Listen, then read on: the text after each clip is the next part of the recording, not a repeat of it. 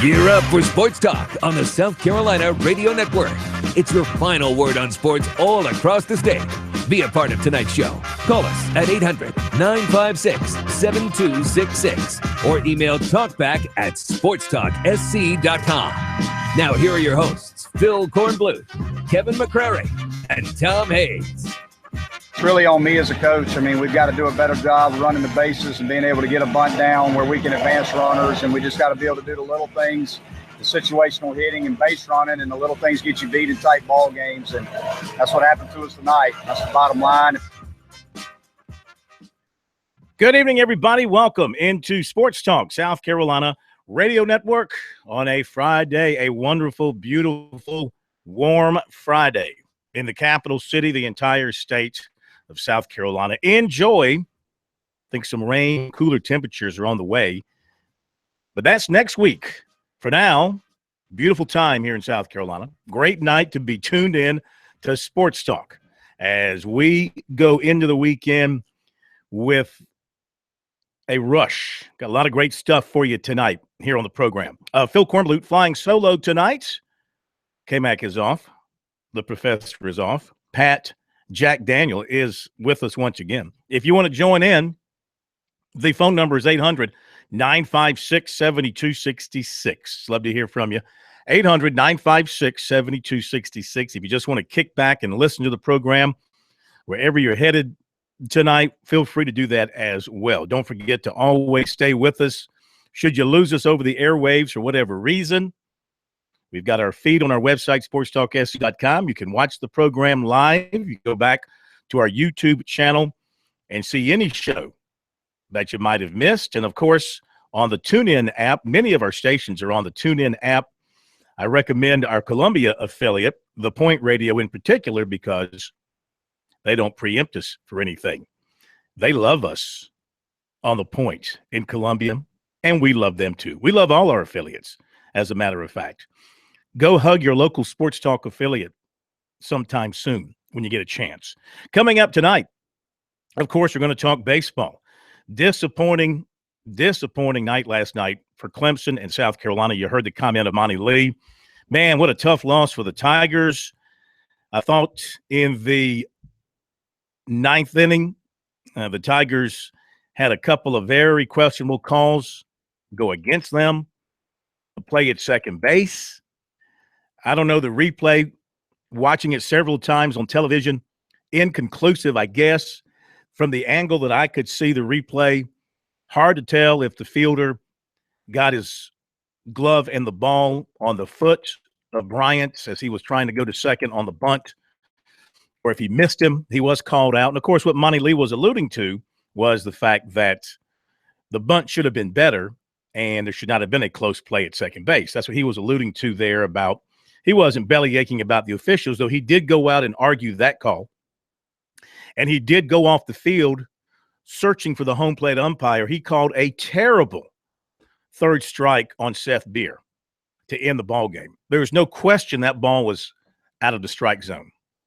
Didn't need replay for that, and he rang him up. You don't ring up Seth Beer, Mr. Umpire, okay? Mr. Home Plate Umpire, if you're listening tonight, nobody rings up Seth Beer on a bad pitch like that. But he did. And unfortunately for the Tigers, the way things worked out, had they gotten the bunt down properly and the runner had gotten to second base, Roman, the next hitter, he singles. And that would most likely have driven in the tying run there in the ninth, and who knows what would have happened. But at the end of the day, it goes down as a loss for the Tigers to NC State, a tough loss. Charlie Barnes pitched extremely well last night. He struck out 11. And so Clemson, believe it or not, for all the good things that we've talked about with Clemson baseball this year, do you realize the Tigers have lost 9 straight ACC games? Is that right? Let's see. Swept by North Carolina, swept by Louisville, lost last night 7. I think I read somewhere they've lost 9 straight. I'm trying to remember if they had lost 2 games in a previous series leading into those 2 series they were swept. Let me go back here and look real quick so I don't have to eat my words. Yeah.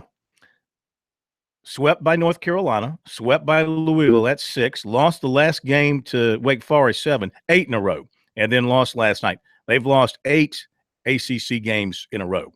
That is not what Monty Lee was expecting from his team this time of the season. So the Tigers are sinking in the ACC race right now. As for the Gamecocks last night, what can you say? Just more of the same. Can hit. Pitching wasn't all that great last night either. Georgia, which all of a sudden has become red hot. Georgia found a way to get to Will Crow. Had an inning that basically put the game out of reach because the Gamecocks offensively are so impotent. If they fall 3 runs behind, they're pretty much done for a game. Gamecocks lose last night 6-3, and it was that 4-run second inning by Georgia that pretty much sealed the deal in the ball game. And South Carolina never really threatened. They chipped away a little bit, scored a run in the 7th, but Georgia came back with 2 in the 9th, and then the Gamecocks scored 2 in the 9th to make it a 6-3 final score. Boy, I tell you, it's a dull atmosphere over at Founders Park right now. Now, by the time I got there last night, the 4 runs by Georgia had been scored, and I think Gamecock fans who were there, they knew they were done. They did not think the team could come back and win, and some were leaving. The rest just kind of sat on their hands.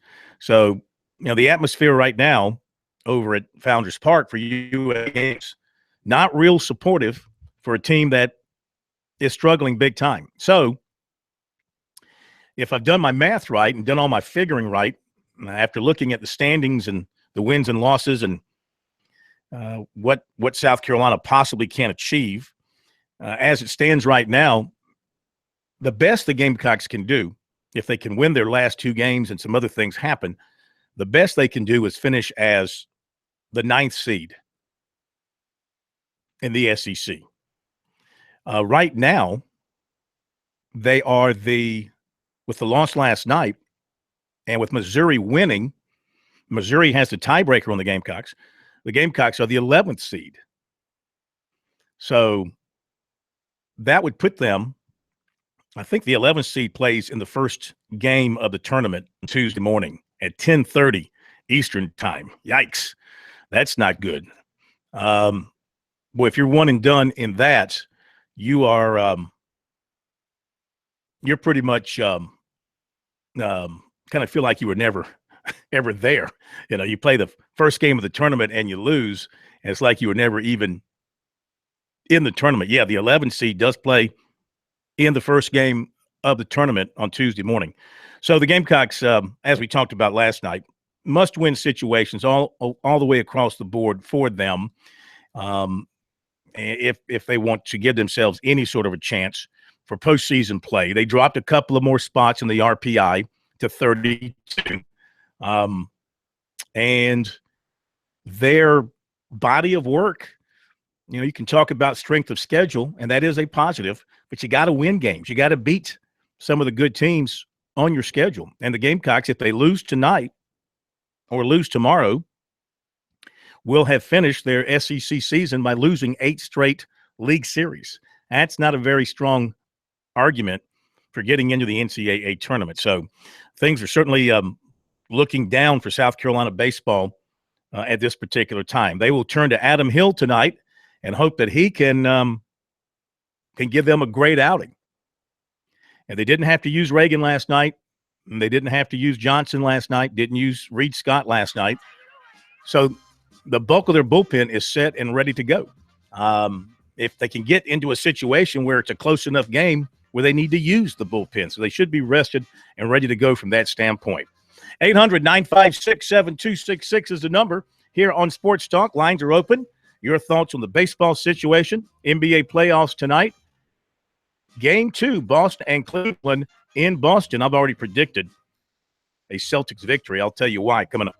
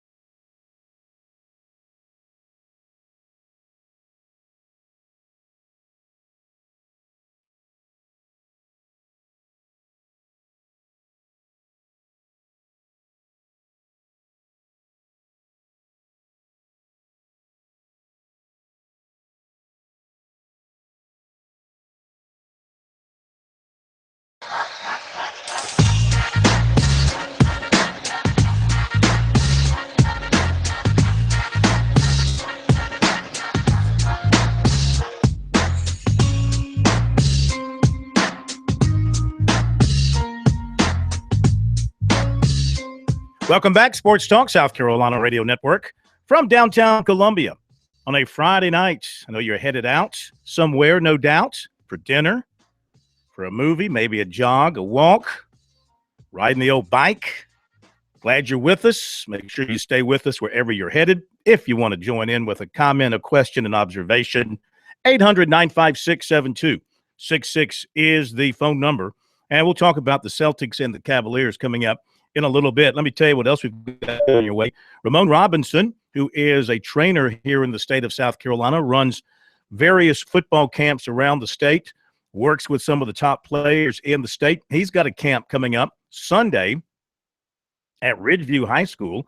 He'll have DeCarrion Joyner. He'll have a Xavier Thomas. He'll have Stephon Wynn Jr., among others there. We're going to talk with him at the bottom of the hour. We will do some bogeys and birdies around the Palmetto State for you tonight. George Bryan III will join us, and we'll catch up on things happening in the golf world. In fact, of course, today is the first day of play in the NCAA women's tournament, and we've got full bevy of teams from our states participating. Let me update what's happening with that right now. And play is continuing out in Illinois, I think is where they're playing. Northwestern is your leader on the court, +8. Kent State is a shot back. Miami is 5 shots back. USC is on the course at +21. Furman is on the course at +24. USC is tied for 6th. Furman is 11th. And we also have Clemson in the tournament. The Tigers are in at 33 over par, which is good for 21st place in today's first round. We'll give you more individual details once everything is wrapped up. So we've got George coming your way, the full Monty on NASCAR All-Star Race Weekend in Charlotte, qualifying coming up tonight. Of course, Memorial Day next weekend. Talk to the Big M about all of that. Let's give you a little more baseball insight and hear from Monty Lee. The Tigers play tonight at 6:30. Here's a little taste of what Monty had to think about last night's tough 3-2 loss to NC State. Tough game for us tonight. Obviously, Charlie pitched his heart out. Owen Griffin threw the ball really well. We played great defensively. We just, right there at the end, it's really on me as a coach. I mean, we've got to do a better job running the bases and being able to get a bunt down where we can advance runners, and we just got to be able to do the little things, the situational hitting and base running, and the little things get you beat in tight ball games, and that's what happened to us tonight. That's the bottom line. And obviously it was a little bit tough there at the end. Some calls didn't go our way, but we got to try to take it out of their hands. And we had a leadoff walk in a 3-2 game.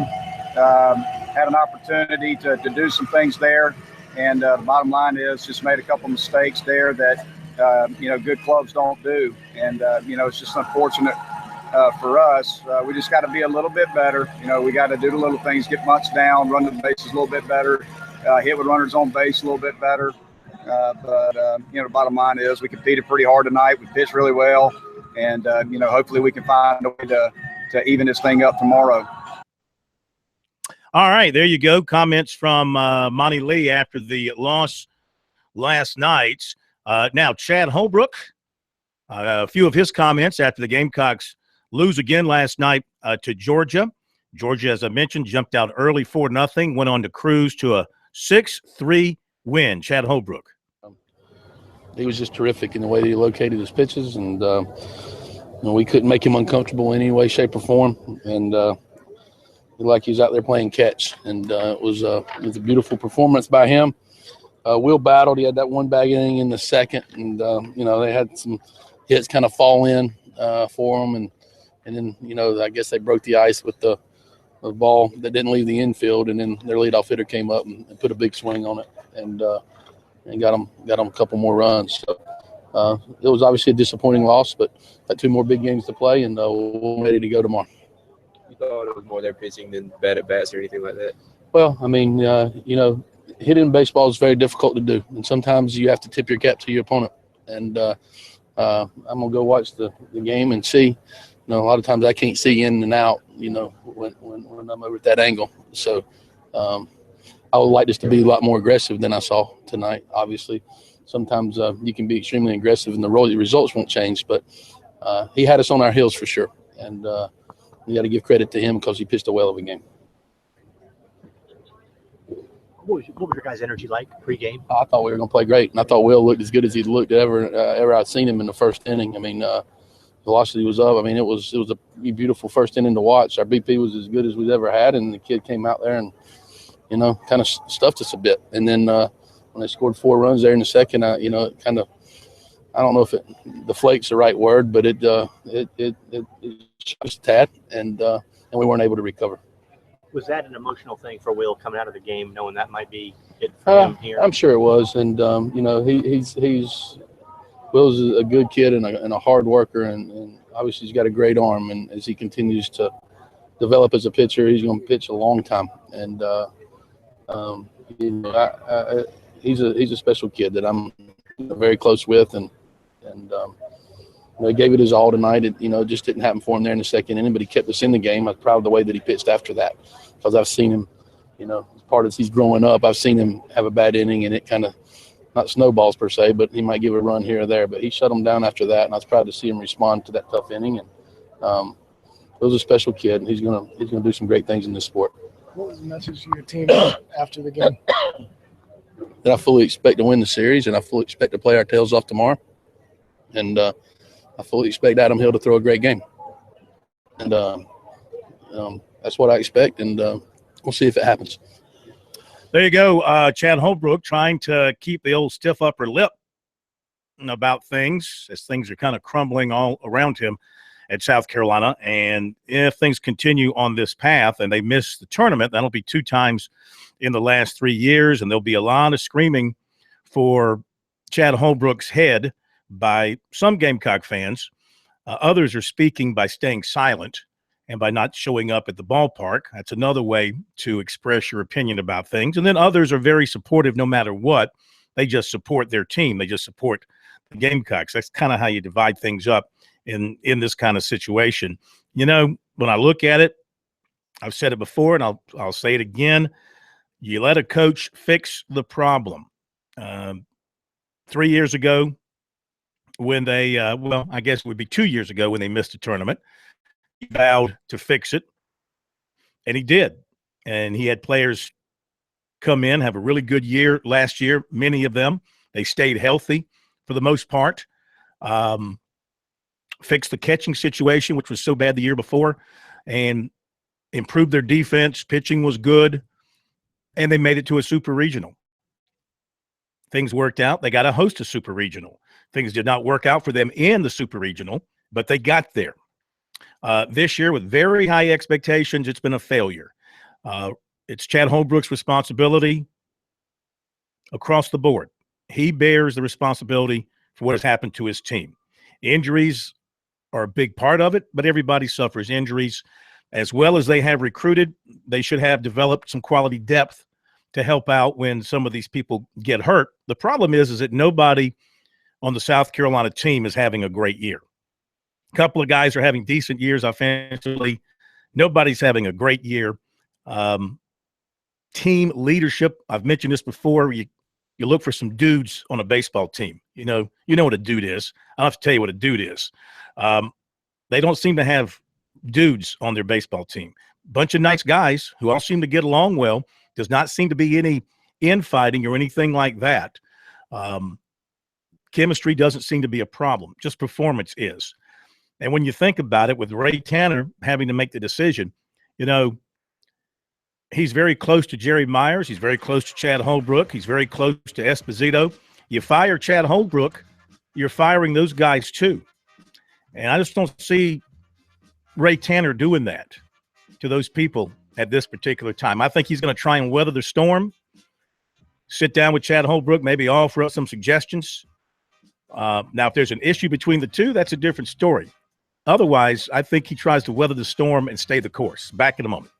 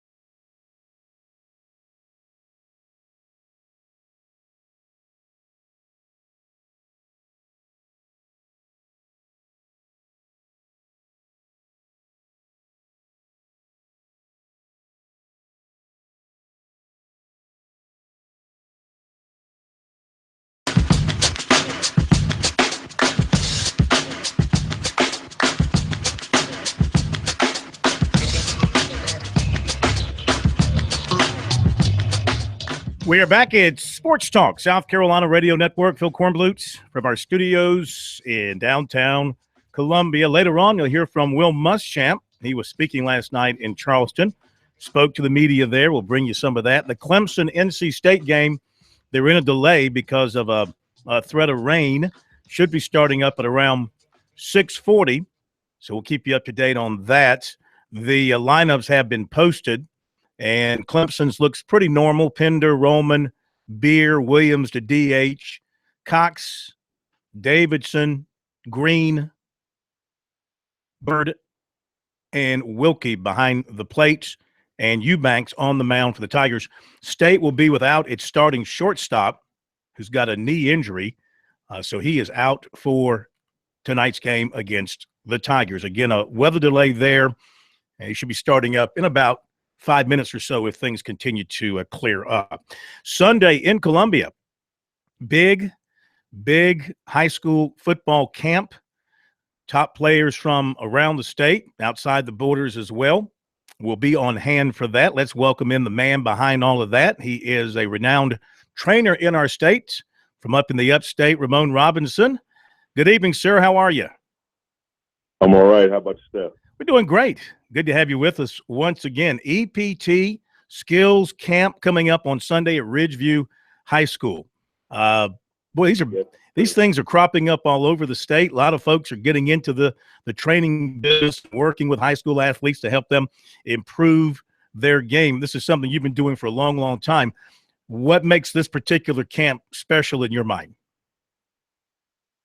Well, what makes it particularly special in my mind is that fact of it is we're evaluating a lot of players throughout the state of South Carolina, not just guys that train with, staff members of EPT.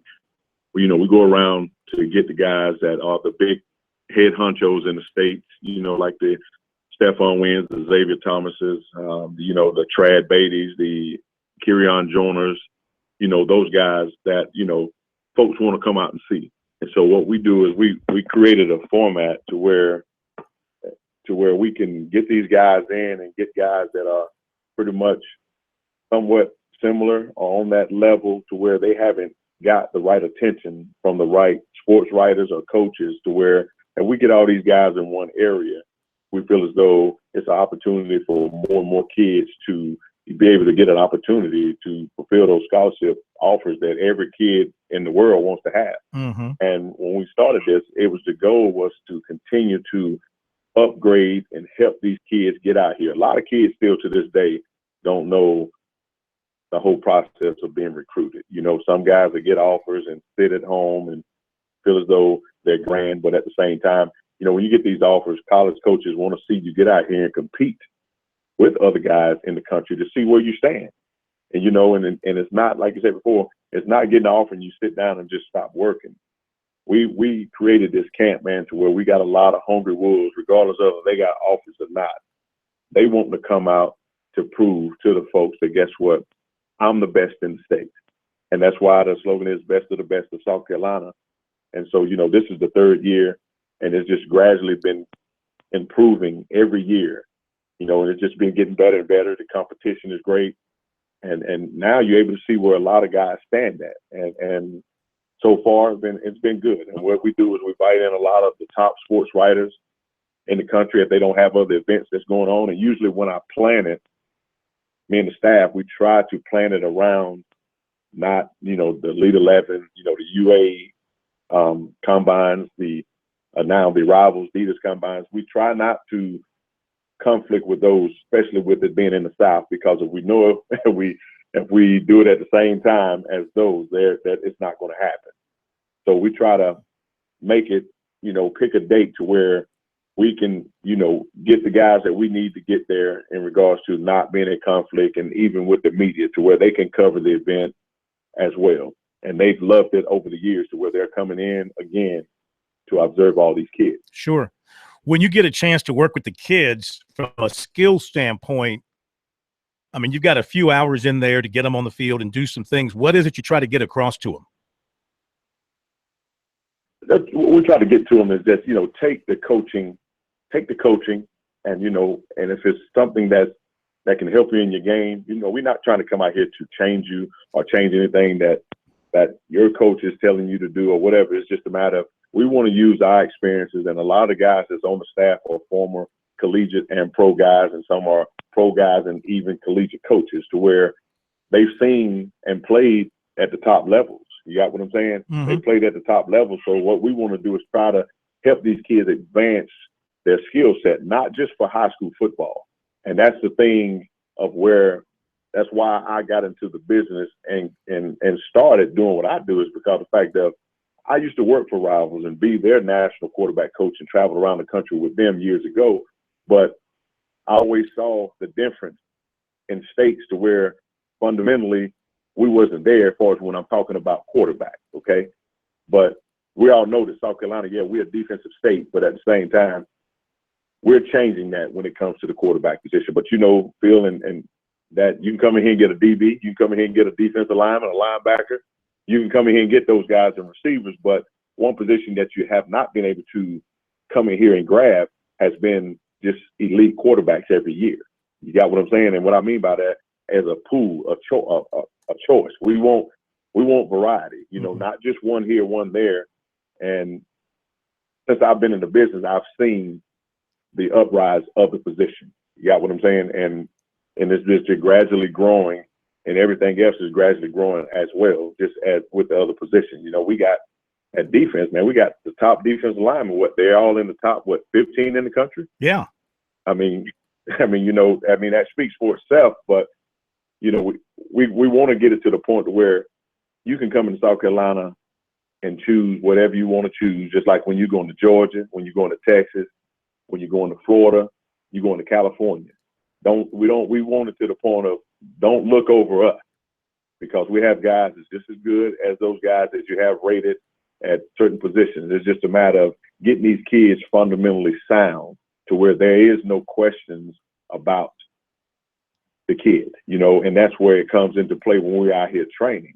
We don't train for high school. We train them for the advancement of being on the next level, you know, because college coaches now, they want kids that's ready to play. Mm-hmm. They don't have the time anymore, like back in the day, to sit and groom a player into being a DB or a running back, a quarterback, a D lineman. They want guys that are out here with guys like myself and other staff and the guys that's training that are helping them with advancement. That's if you're teaching and doing the right thing, okay? And I talk with a lot of coaches that's recruiting a lot of my guys across the country, and I have a great group of guys that's in college, along with the DB coach. He has a lot of guys in college, defensive line and receivers. So we talk with a lot of them in regards to that relationship and helping these kids grow and be ready to play at the next level. You're working with DeCarrion Joyner from down in Fort Dorchester, and he's a guy that a lot of people, everybody loves as an athlete. Some people question whether or not he has the skills to be a Division I big-time quarterback from a passing standpoint. Clemson loves him as an athlete, but wouldn't recruit him as a quarterback, so he passed on them. Obviously, he's made his decision. Whether it's South Carolina or NC State, we'll find out. But having worked with him like you, and you'll be working with him on Sunday, what's your opinion? Can this guy be a big-time, complete Division I quarterback at the SEC or ACC level? Honestly, I do, and to make that correction, we're not working together yet, but I will see him on Sunday. Okay. All right. And yeah, and to honestly look at it and evaluate his skill set. You know, me and DeCarrion, we've had plenty of conversations, and over the past 2 years, we've been trying to find that spot to train. It just hasn't hit yet. You got what I'm saying? Sure. But just the evaluation of DeCarrion can be that guy, just like everybody else out here. He can do it all. He can run it. He can throw it. And it's just the little things. I've evaluated him. It's just little things, and he knows that himself. He wants to be better. He wants to be better. He wants to be the best around. Hang on one second, Ramon. We got to hit a quick break, and we'll come back to you and talk some more about your event coming up on Sunday at Ridgeview High School. Ramon Robinson with us here on Sports Talk. We'll be right back.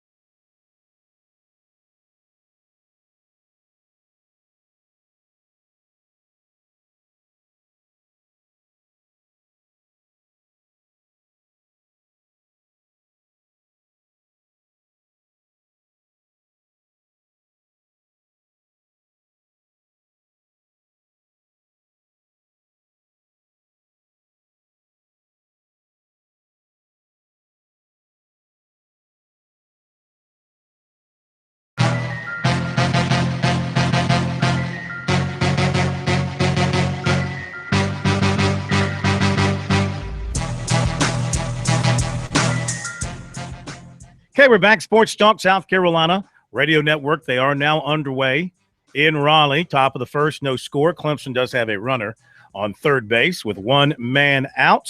Back to Ramon Robinson, EPT Football Skills Showcase coming up Sunday at Ridgeview. So a little bit more on Joyner. Had to jump in there with you. So you will get a chance to work with him, but you feel like he's a guy who can develop into an SEC, ACC level quarterback and do it all, run and throw.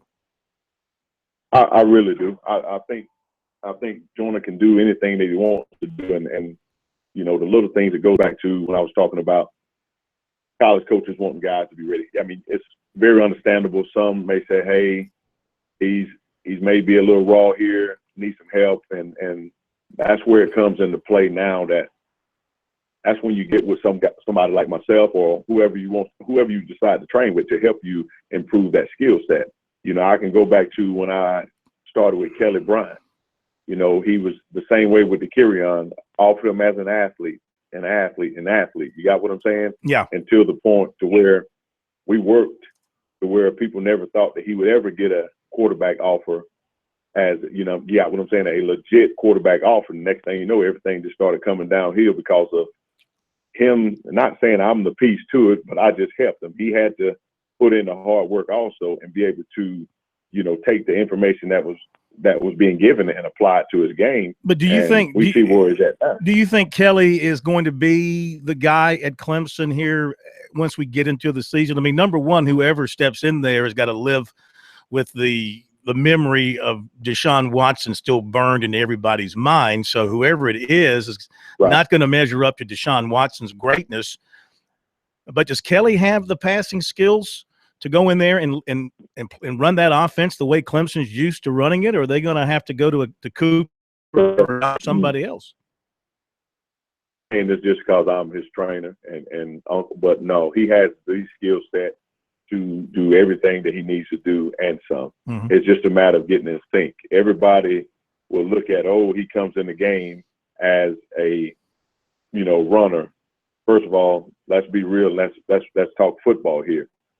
If you got Deshaun Watson, whoever it is already very productive on your team, what is the need to bring in another quarterback to throw the football? Okay. And so with that added dimension of bringing him in, that was just to give the defense a different look from the things of what was being, you know, given to him.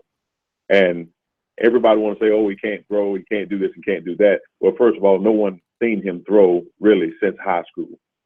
And as a quarterback myself, you don't get in rhythm by throwing a couple passes. You got what I'm saying? Yeah. You don't get in rhythm by that. And everything is a rhythm, especially when you're talking about a dual threat quarterback. It's a difference. The running gets the quarterback to going in regards to his complete game and everything that goes on. That's just like with Deshaun. Much as Deshaun wanted to show that he wanted to sit in the pocket the first few games at Clemson to show people that he can do that. Granted, he wasn't himself. He was still productive, but he wasn't the guy that we saw the year before until after that fourth game. You got what I'm saying? And so it's just so when you're talking about dual threat and you're talking about this guy, it's just a matter of those things, they feed off each other. And that's what him in rhythm in the game is, you know, besides being a pocket quarterback. Mm-hmm. We already know the pocket quarterback, dude. He's going to sit there, you know, and just wait. But to say Kelly's going to do it, there's no doubt in my mind, and I don't think there's any doubt in the staff's mind up there, because at the end of the day, they have too much of a good team to think that this guy can't do it and to play around that way. They know what this guy can do. He knows what he can do. And the thing about it is, I tell him, don't try to do what the man did before you. Play your game. Because anytime you're trying to do what that person done, it's not going to work that way. You know, the football, let the game come to you. And that's what I teach him, and that's what he does. And I think, and I know he's going to surprise everyone in regards to how he responds and picks up for the Clemson University football team. Now, I want to ask you real quick, our time is getting a little short, about Xavier Thomas, man-child. They had a game last night, their spring game, IMG did, and just saw where he blocked a punt, I believe, recovered it, lateraled it to a teammate. Threw it to his teammate. Yeah. Let the teammate go and score. So, obviously, you know him well. You've worked with him. Everybody, when it comes to defensive ends around here, uses Clowney for a comparison. Where does that comparison go? Woo. Man, I say I say the difference of the comparison would be you put it like this right here. You got two powerful, strong, speedy defensive ends. I think right now is the difference is the length of the guys. You got Clowney who's 6'6", almost 6'7", and with a powerful motor, and then you got a Xavier Thomas is a 6'3", 6'4" guy, and is more of, I would put in the mind frame of a John Abraham who's a former Gamecock. You got what I'm saying? Mm-hmm. And that's what I look at for us when you're talking about bodies. And granted, John Abraham wasn't that big in college, but when I'm looking at those guys, the size and the speed, Clowney is a different animal, man. I mean, that's a freak of nature, bro. Yeah. I mean, I can't really compare them to because they're different, but at the same time, productivity. I think Clemson, they're getting a hell of a defense end. I mean, he is the best in the country. I mean, he's shown it week in and week out. And I think he's only going to get better down at IMG along with him and Stephon. They just getting better. What's going on with Stephon Wynn Jr.? He's coming in for your camp as well. He's a guy that you know his dad well. You know him well. Also, what direction is his recruiting heading right now from what you know? Well, his recruiting right now, he's enjoying it. He's enjoying it in a good way and in a mature way for us. And going through his visits, talking with the coaches, establishing relationships and things of that sort. And, he's talking with, the South Carolinas, the Clemsons, the Georgias, and LSU, the Ohio States, and the Alabamas. And he's going through the process, I think, the way a lot of kids should go through the process in a mature way and not, playing games and things like that. I mean, I think he's did a very good job. I know he may not have made his decision in the time frame that most people would like him to make, but at the end of the day, this is this kid's future, and he's tackling it the way he needs to tackle, and his parents is allowing him to digest it and go through the process the way he needs to go through the process because he's the one that's going to college. And as far as leaders, I mean, I couldn't say a leader, but I know he's establishing relationships with, Kirby Smart, and he's established a relationship with Muschamp, Saban, those guys. But I know for a fact, I mean, the guys are at them hard. I mean, and Clemson, I mean, the in-state guys want him, and they want him to stay here. And now it's just a matter of where the Stephon want to fit, where he wants to sit and take, the rest of his 5 years and play his football. Real quick, for folks who might be interested in coming out, you got spots left, and what time should they be at Ridgeview to register? Got about 45 seconds. We have 0 spots left at quarterback, but we have at least 5 spots available still at every other position besides quarterback. Okay. And if you are willing to attend, just show up at the camp, and we'll take care of you and go from there. At Ridgeview High School, and registration's at 9 a.m. on Sunday? Yes, sir. Very good. Hey, best of luck, Ramon. Thanks for being with us, and we'll talk to you again soon. We appreciate it. All right, thank you. Great stuff. Thank you very much. Ramon Robinson, EPT is the name of the training organization, and Ramon's been around a long time. Former Clemson football player, as you heard him say, works a lot with quarterbacks. That's sort of his gig, but he will work with players at other positions. So if you're interested, if you're a player, you got nothing to do Sunday morning, you want to get out and get some training in, check it out. Over at Ridgeview High School, 9 o'clock in the morning, 3rd annual EPT Football Skills Showcase. It's a full day affair, too. I mean, the registration's at 9 o'clock, and they're going to hold on to you till late in the afternoon. I think things will wrap up like around 4 o'clock, and awards will be at 4:15. So make plans for a full day of it. Top of the hour break, and we will be back.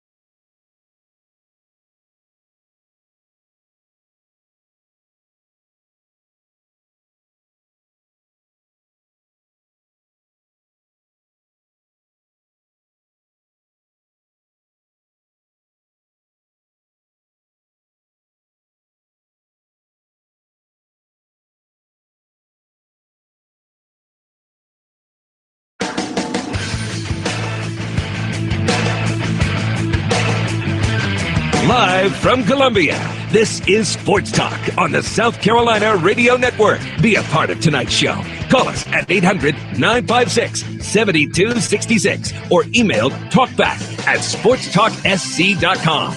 Now, here are your hosts for Sports Talk, Phil Kornbluth, Kevin McCrary, and Tom Hayes.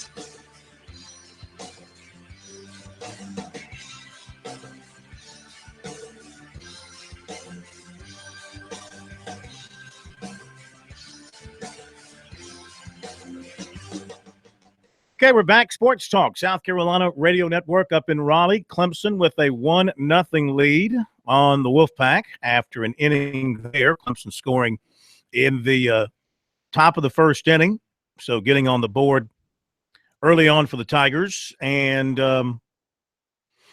see if I can find how they did that. Come on, Stat Broadcast. Tell me what Clemson did to score in the first. They had a hit, scored 1 run. But it's not telling me. I don't know why. Let me try this. No, that's not telling me either. Well, we'll figure it out in a little bit. 1-0, Clemson over NC State. USC, Georgia, underway top of the first. USC's lineup tonight, Tolbert has moved back over to second. Rowe is playing short tonight. Jones is in the lineup, catching with a .062 batting average. Hopkins is in center, Olsen's in right, Destino's DHing, Hogan's at first, Cortez is in left, Bride's at third, and it's a 0-0 game top of the first. Adam Hill on the mound for the Gamecocks tonight. And as far as other baseball is concerned, in the ACC, Boston College has beaten Notre Dame 10-9. Miami has defeated Virginia Tech 4-2. Virginia leads Georgia Tech in the second, 6-0. It's Pittsburgh over Wake Forest, 2-0 in the second. Florida State and Louisville are delayed. Duke and North Carolina delayed as well, I believe. Nothing in on that game yet. Was supposed to start at 6:30. Virginia Tech and Miami coming up later on tonight. Those are your early games around the ACC. Of course, Clemson and NC State ongoing as well. Around the SEC, Missouri with a 2-0 lead on Tennessee in the fifth. And that is the only other game going on right now in the SEC. Let's talk a little birdies and bogeys around the state of South Carolina. And on the PGA Tour, we welcome in our good friend, George Bryan III, to a Sports Talk this evening. Where are you located this weekend, my friend? Well, I'm on location right now at Liberty by the lake, or Liberty. My daughter, Mary Chandler, it is her birthday. And, well, actually, I'm driving out of the parking lot. By the time I reach my next destination, I should be at Pelicans, which is a snowball in Valentine. Yeah. And so, I mean, it's Mary Chandler's 23rd birthday. Well, congratulations. Yeah, I'll tell you what. You're too young. Pretty fast. You're too young to have somebody 23 years old, man. What'd you do? Get married at 15 or something? Oh, I did. I married way over my head, Phil, just like you did, man. And yeah, it's what us what we have in common. You double eagled on your marriage, huh? Yeah, just like you. Yeah. But I did take a week off the tour. Next week I'll be at Colonial. Okay. Out in Texas. And I'll have to tell you, I've been wrestling a little bit with this technology. I'm having to knock some rust off my radio game. Just like we talked, my radio game was always much better in my mind than it actually projected. It's kind of like the way I watch. I don't miss a shot from the side of the fairway. Right. I haven't missed one in a long time. But my technology, I've been wrestling around trying to get back in the groove. Yeah. I understand that. Let me update what's happening out in Texas at the Byron Nelson. It is Jason Kokrak. Am I saying that right? Kokrak? Kokrak, correct, yeah. Kokrak, Jason Kokrak. He's 12 under, 66 yesterday. He is on the course at 8 under today, tearing it up. Billy Horschel is 65, 7 under. Conditions out there, George, must be great. A lot of people going low today. 65, 66, 67, top of the leaderboard. A 63. Grayson Murray had a 63 today. So some very good scores being turned in out there. And I saw for a bit, I don't know how it finished up, Dustin was playing good. DJ was playing good. Yeah, I can tell you he is in after a 67, so he's at 6 under, puts him 6 shots back. Scott Brown had a 67. He's 2 under. Sam Saunders, a 72, leaves him at 4 over. Russell Henley's at +6, and Mark Anderson is at +9. And the cut is projected for, it's going to be low. Pretty low. The cut's going to be 2 over par. So a couple of those guys coming on home. But looks like Dustin Johnson's getting his game back in order just in time for the Open in a few weeks. Well, I'll tell you what, I had a chance to speak with him a couple of weeks. When I last talked to you, I was getting run off the golf course. I kind of chose the wrong place to do the live spot. Yeah. And it turned out good. I just needed had to go. I made bail. Let me put it that way. Good. Hey, but Dustin is in absolutely primo condition. His body's the ultimate athlete. He works very, very hard, and it appears it wouldn't surprise me at all if he didn't play well and even defend his championship. He's got that kind of game going on, and so, hey, Phil, I appreciate how you picked me up on the PGA Tour, and I did, and I know that I'm going to be somewhat redundant repeating what you've already reported, but it's okay because it's golf. And yes. The Clemson men and women both made it to the NCAA finals, as the South Carolina women and the Furman women advanced. Yes. Laura Frenchuk at the College of Charleston, on an individual note, made it to the finals, and that's pretty daggum special. And I had a conversation with William Rainey. William Rainey's an All-American from College of Charleston. He's one of the better players in the country, and incidentally, he is my daughter's boyfriend. Uh-huh. And a little shout out to his company. He's just getting started, opening up a company called Johnston Gray Designs. It's hand-stamped custom ball markers. And I will tell you that Wesley used such a ball marker when he won at Harbortown. So www.johnstongray.com. And I'll tell you what. Let's get some sports talk ball markers to give away out there and see if that pops up on the PGA Tour sometime. There you go. I'm going to talk to him. He just drove up. We're at Pelican Snowballs in Valentine. Love it. Hey, we're talking about the kiddie park. We got the water. I mean, it's a beautiful sight. Let me ask you this now. You mentioned the women. South Carolina on the course, they've moved up to 9th. They're still playing. They're 25 over. Kent State is 7 over, so they're 18 back. Furman is tied for 11th at 27 over, still on the course, and Clemson finished at +33 and is in 20th spot. So right now, South Carolina, is in decent shape. What do you know about these women's teams? You see any of our 3 teams finishing in the money, so to speak, in this event? Well, I'm not real current as far as what's going on right this minute.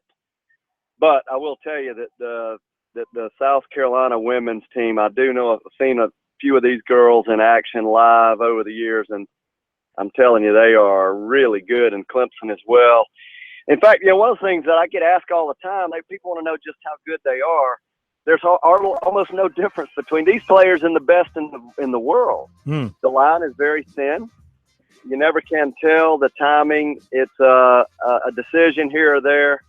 So nothing would surprise me out of any of the South Carolina or Clemson.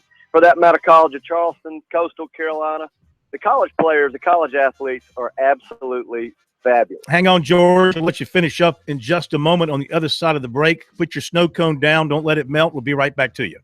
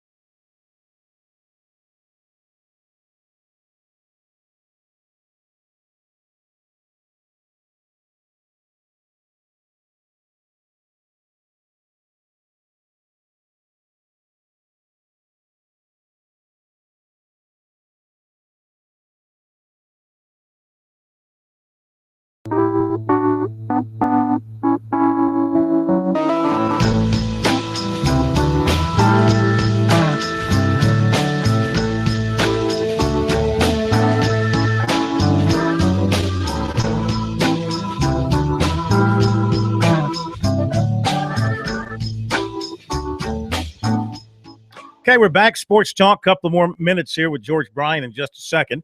Clemson still leading NC State 1-0, bottom of the second. Tigers scored their run top of the first on a double steal with Pender stealing home while Beer stole second base.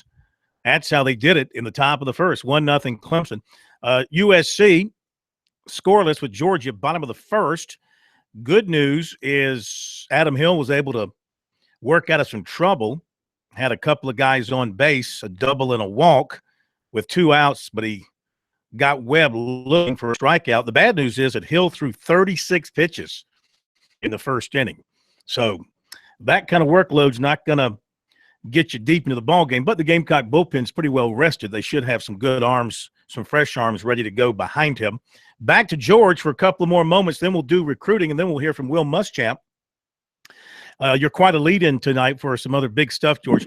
So my question to you is, at Pelicans, which is your preferred flavor? I mean, I go for the wild cherry almost every time. What do you prefer? Well, I got to go. I always do the mix. I cannot just be one-dimensional in that regard. ADHD, unmedicated, love colors. In fact, I tell you what, I'm definitely going for some lime, some strawberry, and but you know the cool thing. This is the original New Orleans type mix too.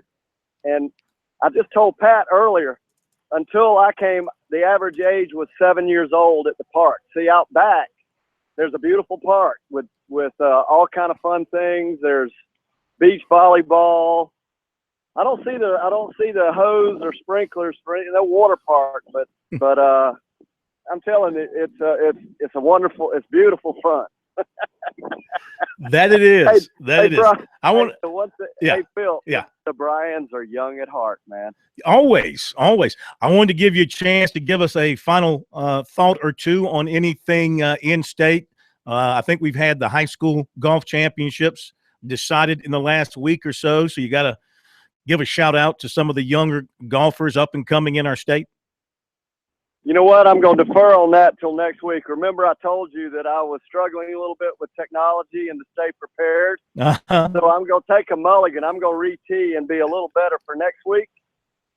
And what I will tell you, and you and I, Brad, we have talked about these juniors for almost 3 decades now. Yeah. And what I can tell you is we grow them right here in South Carolina. And the results, the proof's in the results.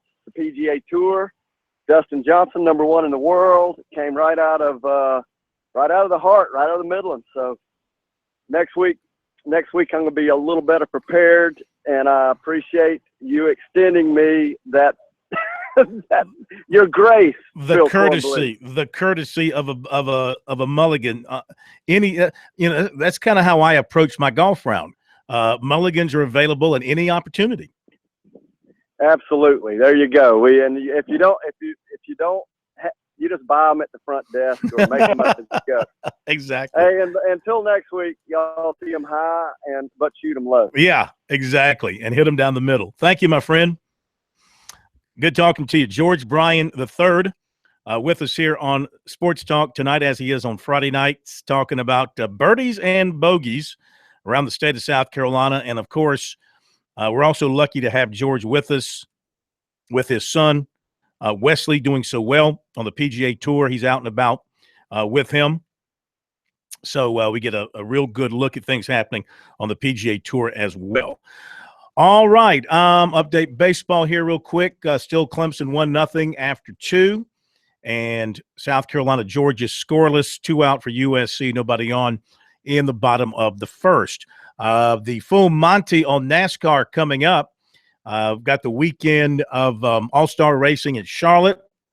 Qualifying is going on, I think, right about now. We'll talk about that with him and other things NASCAR in a little bit. Let me give you the recruiting report for tonight. I know you've been hanging on for that. Nobody can start their weekend until they've had recruiting. Okay, it's sort of like that glass of wild turkey with a couple of ice cubes dropped in. You ever had that, Pat? Yeah, I thought so. It's a great way to start your weekend. I actually didn't realize I'm not a big drinker by any means, but I was somewhere and I don't know really the first thing, the secrets to fine drinking. I'm just not. I'm an occasional beer drinker. That's about it. And occasionally a little bit of wine, and then occasionally a stiff drink. But somebody gave me a really strong drink, and it was almost like pure whiskey, really strong. But if you drop some ice cubes in there, breaks it up, right? This is what this person told me. So we did that, and man, it just smoothed it out, made it very easy going down. So anyway, that's kind of what we are here on a Friday with recruiting. We're making it easy going down. With that being said, defensive lineman Rick Sandidge of Concord, North Carolina, squarely on USC's radar for months. The Gamecocks are firmly on his short list. North Carolina, NC State, Ohio State, LSU, Virginia Tech, Michigan, Florida, Florida State, Georgia, Miami, the others. Last visited USC for a game last season. He said the Gamecocks made him feel very comfortable. He's not caught up in facilities and brick and mortar. He's all about the people and the coaches and building a relationship with the coaches, which he's doing with South Carolina.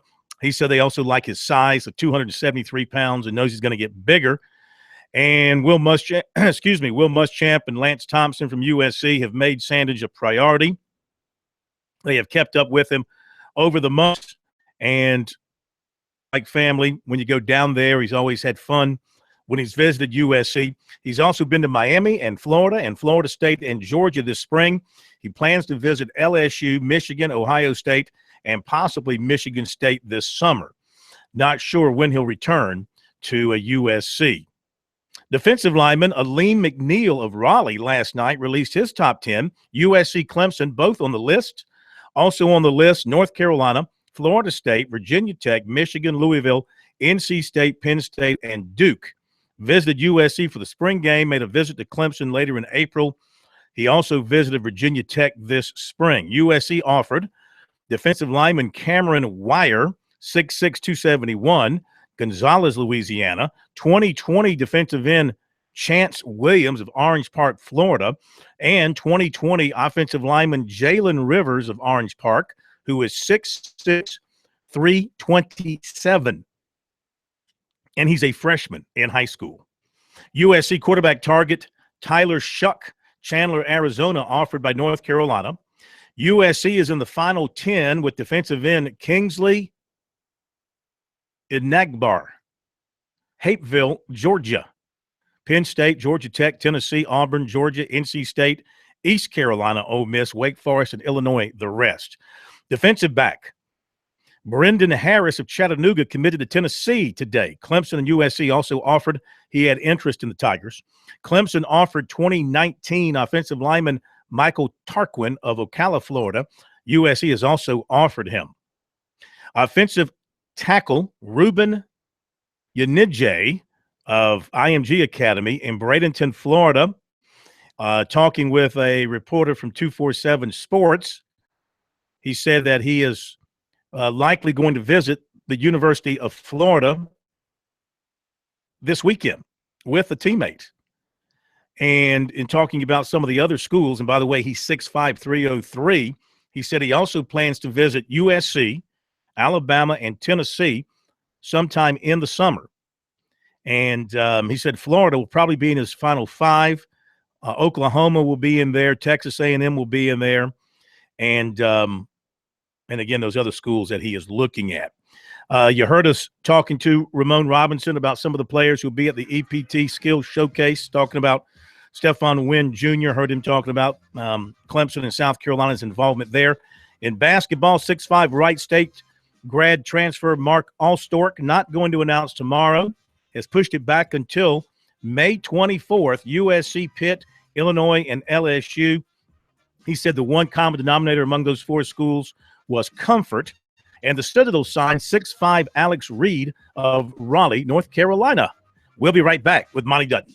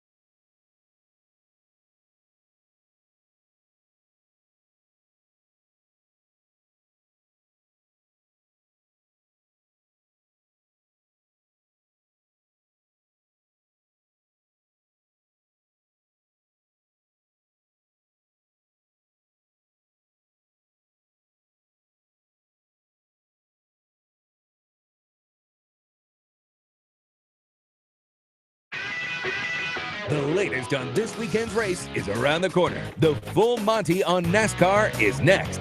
This is Sports Talk.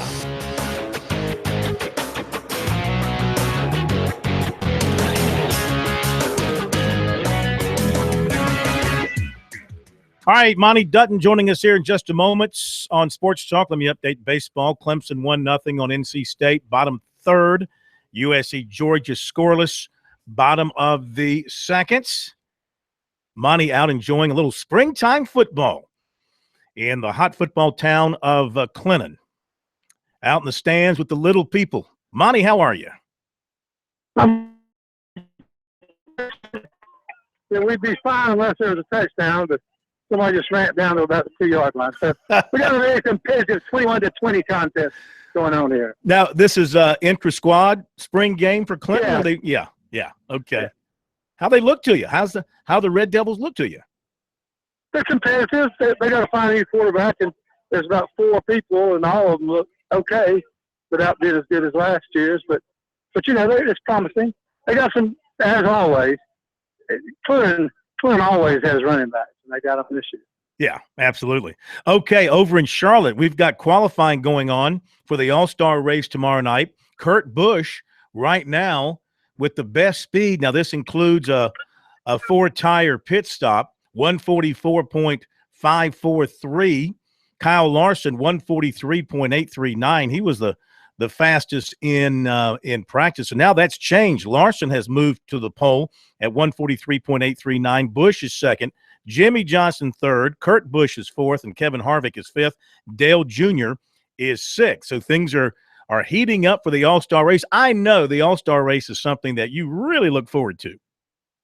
It is. I do. It's funny. I wish that I was watching this qualifying, because this is one of the few qualifying formats that I enjoy watching, because I don't think it has very much to do with who will win the race, but it does have it takes a lot of skill. A few years ago, Bill Elliott used to do real well in this, because he was back from the days when everybody pitted like that.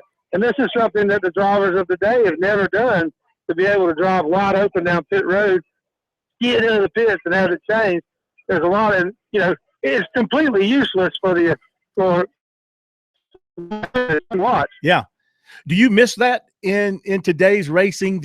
I know they changed that years ago for safety reasons, but do you miss the way it was for many, many years? You just blow down pit road as fast as you can and get to your pit? I miss it because it was exciting. Even when it was going on, I used to think it was a miracle somebody didn't get hurt quite often. And when it ended, it was basically because at Atlanta in 1988, Mike Rich, a crewman for Bill Elliott, was killed when another car skidded into him while he was just changing tires. So it's something that's, it's barbaric by today's standards, but all of racing was. I mean, I certainly do. I mean, I'm really sorry that last week Eric Almirola hurt his back, but the fact is, when I started covering racing, I'm not sorry that I don't have to cover tragedy anymore, people dying. Yeah. And not only that, but I mean, I really think that even though people are going to be very concerned about what caused Almirola's injury, I think it's fair to say that when you get right down to it, at the way racing is right now, I don't think it's any more dangerous than playing football. Maybe not as much, certainly the number of injuries, but yeah. I think that racing, it's funny that the biggest problem in both sports seems to be, in many ways, concussions. Yeah. Well, you go back and look at Amirola's accident last week, the way he T-boned right in to, I can't remember which car it was, but 15 years ago, before all the safety advances were made inside the car, that could have really been a serious situation. They made the car so safe inside, not even mentioning the safer barrier inside the cockpit itself has become so much more safer. And I'm sure the drivers feel extremely safe when they go out on the track. I can imagine back in the older days, guys really did wonder if they were going to die in a bad accident. I would imagine today's driver, that thought never really enters his mind, does it? Well, it's certainly, I mean, nobody wants to be out for 8 to 12 weeks with an injury, but there's going to probably be a pitcher tonight somewhere in the big leagues or minor leagues that's going to be out for a year because he something pops in his elbow. So thank goodness for the safety being a lot better than it was before. But I really do think that I think that maybe the racing is more reckless today because people don't respect the possibility of injury. They used to say that the real test of a hot young driver was how he reacted the first time he hit a wall real hard. So I do think that maybe they don't, they're a little bit more devil may care because they have confidence that they're safe.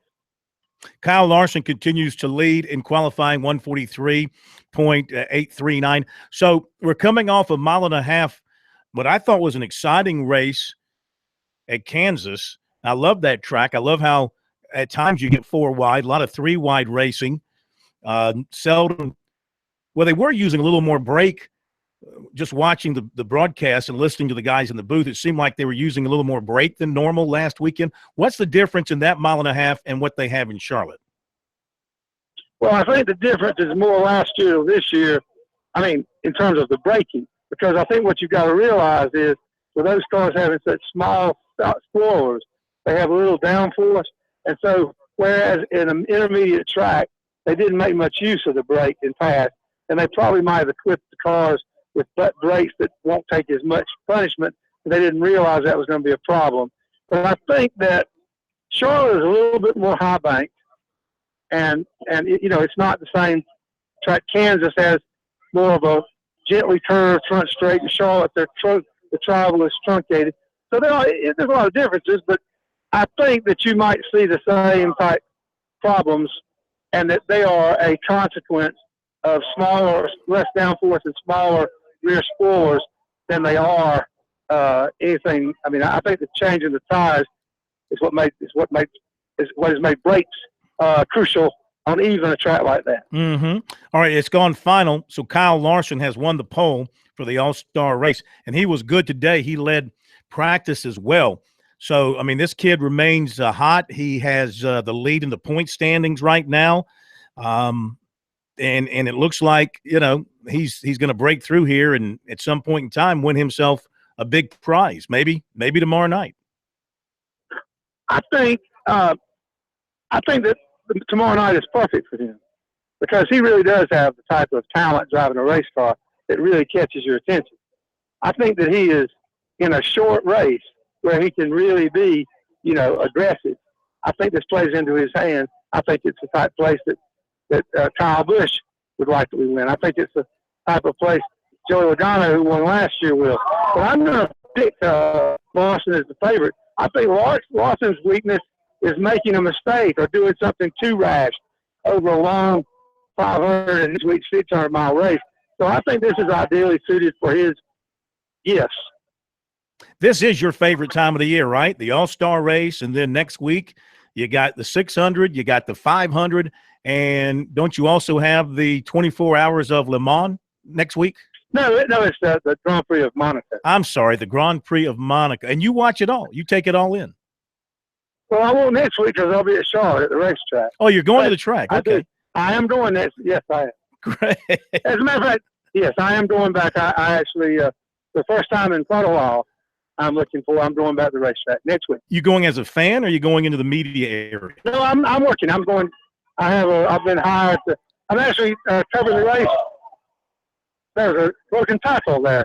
I'm covering the race for Jeff Gluck, who is going to the Indy 500. And so when the people who help him fund his website, I think some of them were upset. They say we didn't pay you to cover Indy. Huh. So he managed to pull an old timer like me out to placate his website people. So I'll be there. Great. You'll do a great job. We look forward to it. Real quick, who's your pick tomorrow night? You going with Larson? It is Larson is my pick.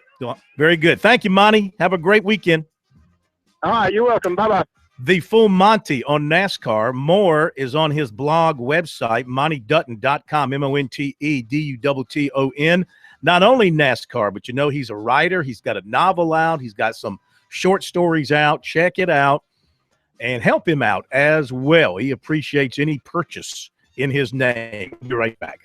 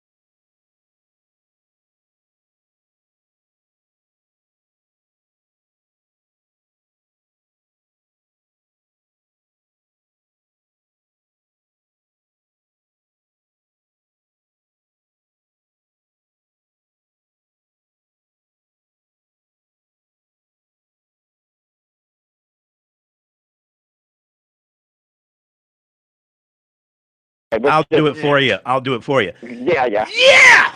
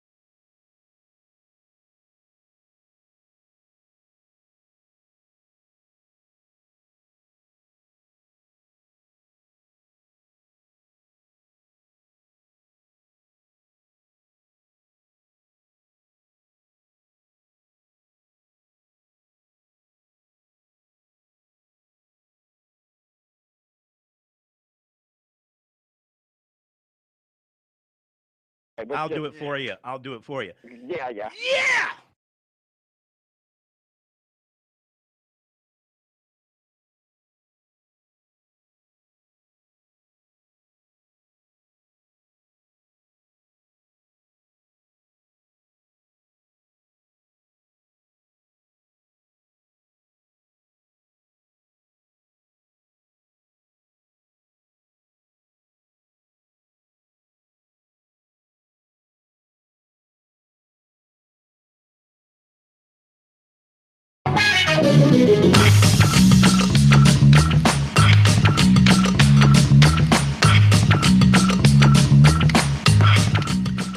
In case you're wondering, the White beat the Red 27-21 in the Clinton spring football game. Monty just tweeted that out just to wrap that up.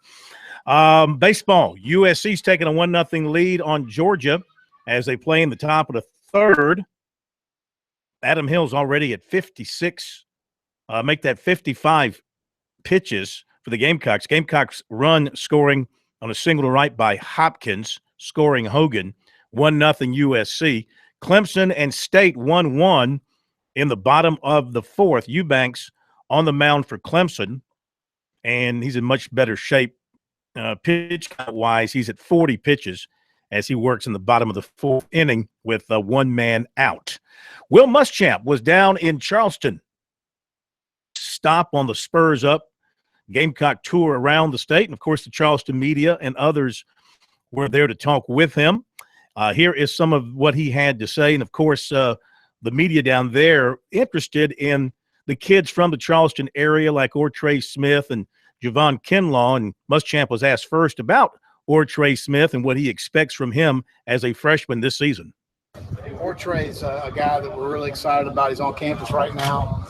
Had the ankle injury. Probably was a little bit more severe than we had anticipated.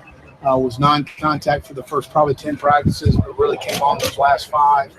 We're really excited about it. He's going to play next year. How much will see how his development through the summer continues to move forward. But I'm excited he's a Gamecock. I'm sure you're. Another local guy. Can you talk about Javon Kinlaw, what you're kind of expecting out of him? Javon's on campus right now. The biggest thing with Javon is just getting in shape, and that's the most important thing. Extremely proud of him. Finished with over a 3.0 GPA at Jones Junior College. Really applied himself to get to this point. And now that he's on campus, he needs to blend in with our football team, and certainly is doing it in the process of doing that right now. But really proud of him. I know everybody's been asking you all the time just what the progression that you've seen from Jake in the spring and how he's kind of matured and gotten into the offense. Well, I think as much as anything, the game starts to slow down for you at that position. People don't realize how difficult it is to play as a freshman, much less a high school senior.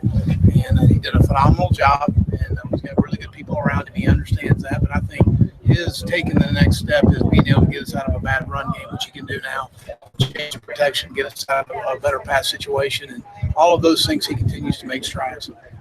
Biggest question mark you're looking to kind of solve in this period in between now and before you guys come to camp? Well, I think the biggest thing is just getting in great physical and mental condition. We can meet with our guys now by NCAA rules over the summer. They got to get in great condition. We got to start fast with a really good NC State team.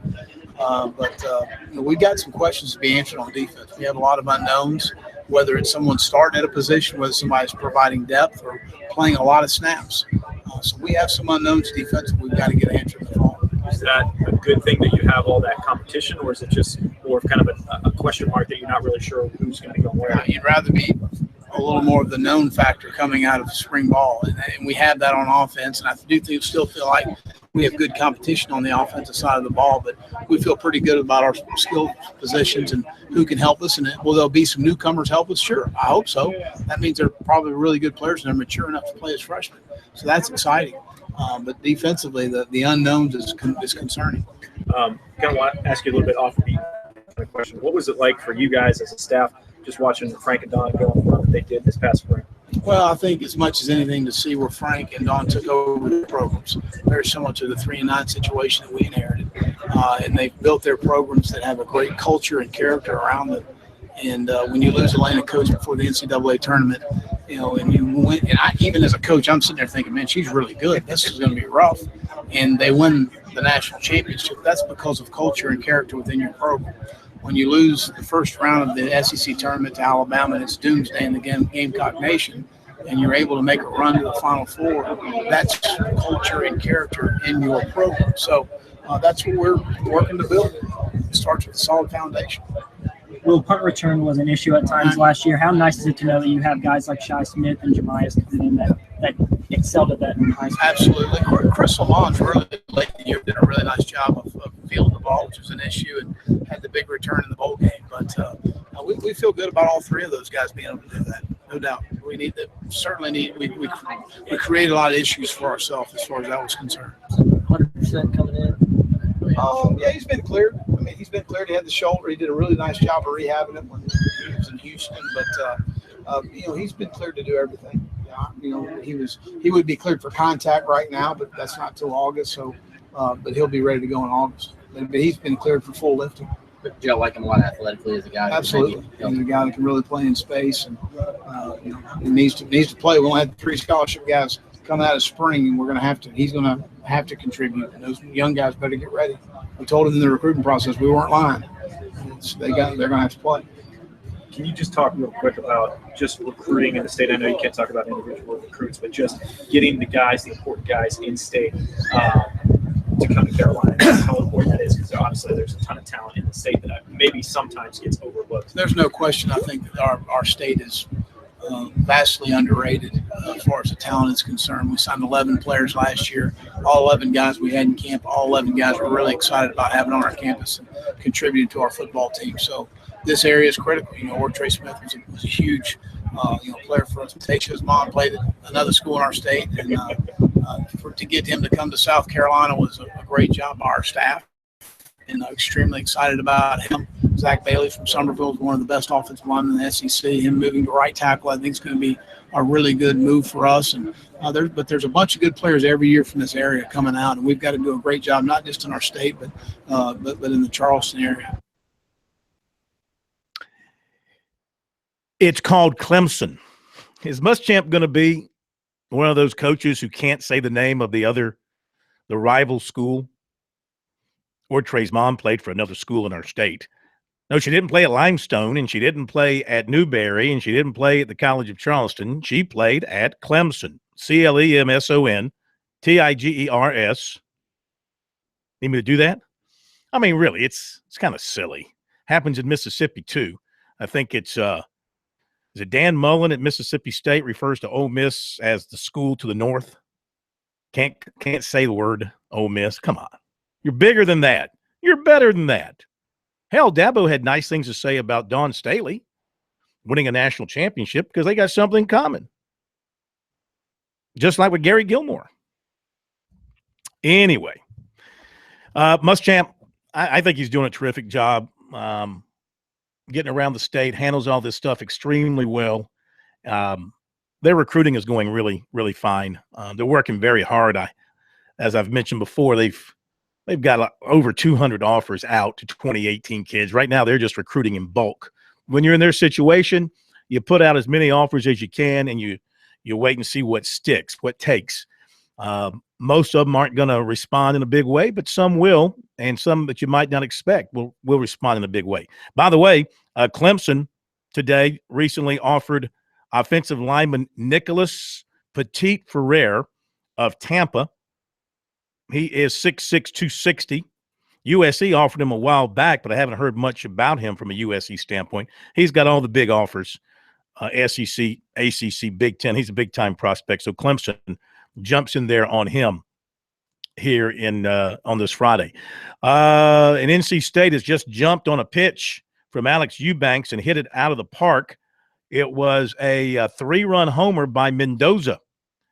So the Mendoza line has been cleared by Mendoza.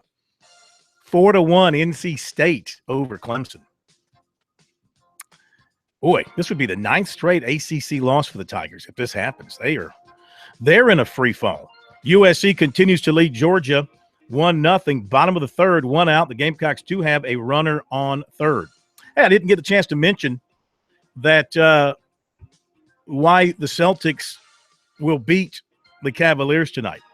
Yeah! Jeez, what the? That thing sounded like it was overblown. No, I think they will. I'm going to tell you right real quick because I want them to. That's the best explanation I can give you. LeBron's going to get his, but some of those other guys. Now, Kyrie Irving might rise up tonight and have a great game, but some other guys have got to cool off, and the Celtics have got to play like men. I think they will. Thank you, Pat, Jack Daniel. Have a great weekend, everybody. See you Monday night.